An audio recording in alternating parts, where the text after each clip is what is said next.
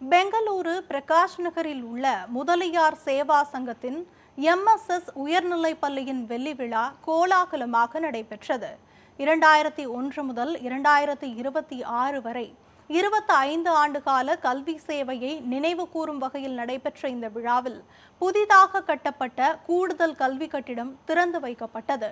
மேலும் மாணவர்களுக்கு கல்வி உதவித்தொகைகள் மற்றும் இலவச நோட்டு புத்தகங்களும் வழங்கப்பட்டன.